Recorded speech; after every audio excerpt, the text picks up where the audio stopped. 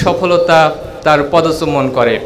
জীবনকে চালিয়ে নিচ্ছে আমরা যে যার মতো করে, পরিকল্পিত হোক পরিকল্পনাহীন হোক, জীবন তো বহমান চলছেই।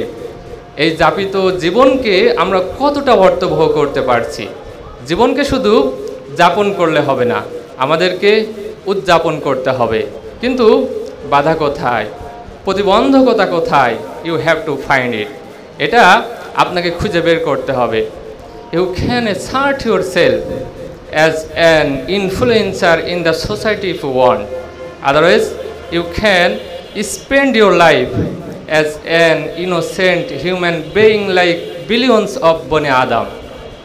আপনি চাইলে সমাজের একজন প্রভাবক হয়ে নিজেকে জাহির করতে পারেন, নইলে কোটি কোটি বনি আদমের মতো একজন নিরীহ মানব হয়ে জীবন কাটিয়ে দিতে পারেন। The decision is yours. সিদ্ধান্ত আপনার। তাই আপনাকে চিন্তা করতে হবে এবং চিন্তাটা গড়তে হবে।